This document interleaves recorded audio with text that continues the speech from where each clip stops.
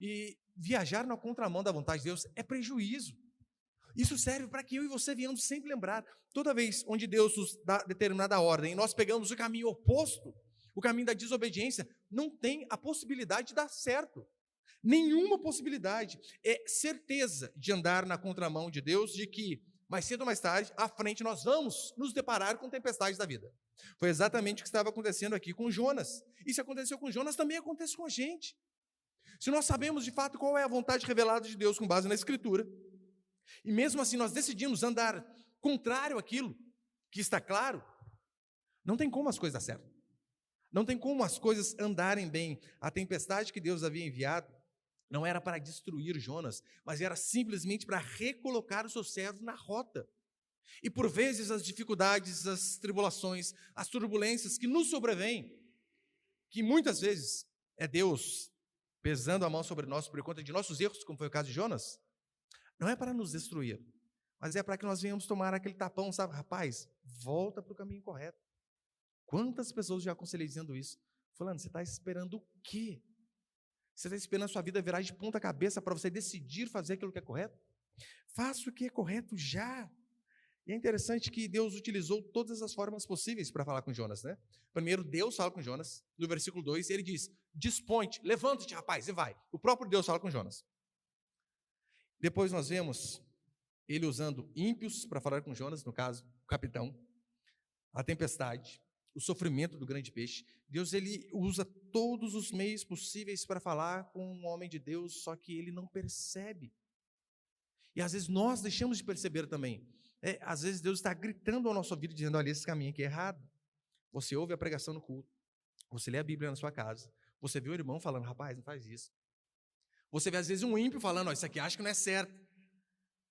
E todas essas pessoas juntas, você não consegue perceber Deus falando com você, e mesmo assim você toma a decisão errada. Deus, ele usa inúmeras formas para falar comigo, com você. Uma dessas formas, e a mais ordinária, é essa daqui, né? Você vem ao culto, você ouve a exposição da palavra, a aplicação da palavra, e então é o próprio Deus falando através do mensageiro. E é interessante que no versículo 6, acompanha comigo, o versículo 6 vai dizer assim, o capitão dirigiu-se a ele e disse-lhe, que fazes tu dormindo? Levanta-te, clama a teu Deus. A frase que este capitão ímpio diz é a mesma frase que Deus tinha dito lá no versículo 2. Levanta-te, rapaz. Faz aquilo que é certo. Vamos lá. E aqui, querendo ou não, é uma forma, sabe do quê? É uma forma de Deus envergonhar seu servo. Ora, porque aqui literalmente é a mula está falando mais uma vez.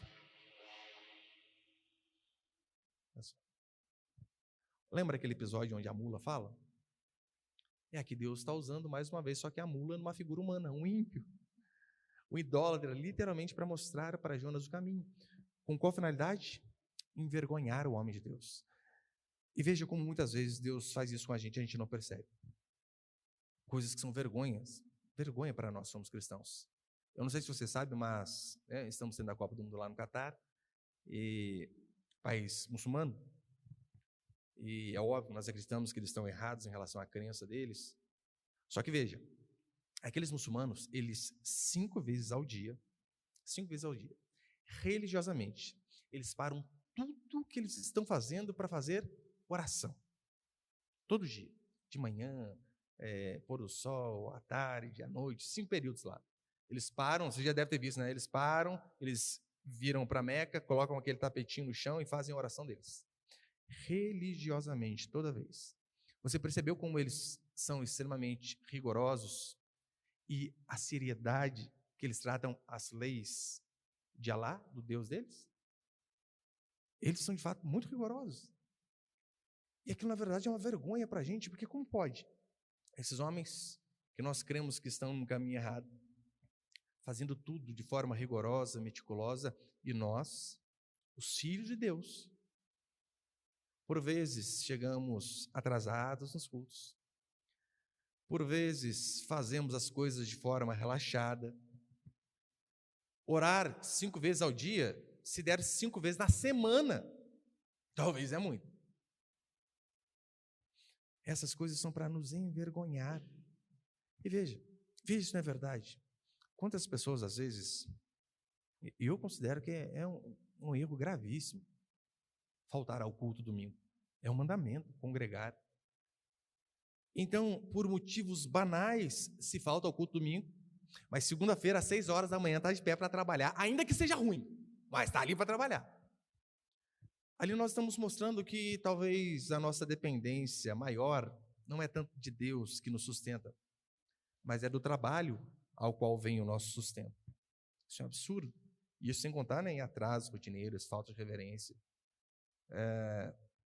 Levanta toda hora para beber água bem na hora da pregação. Nossa, isso é uma falta de respeito, queridos. Eu não digo comigo, de forma nenhuma, né?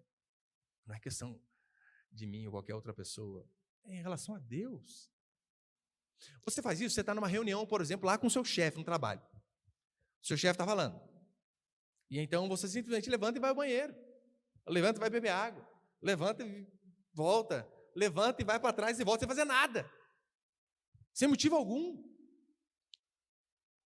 Quanto mais sério, é isso aqui que a Escritura chama de reunião solene. Reunião solene. Então é de suma importância que nós venhamos de fato a sermos fiéis a Deus, porque os ímpios, por vezes, são muito mais severos com coisas ímpias do que nós somos com coisas em relação ao nosso Deus.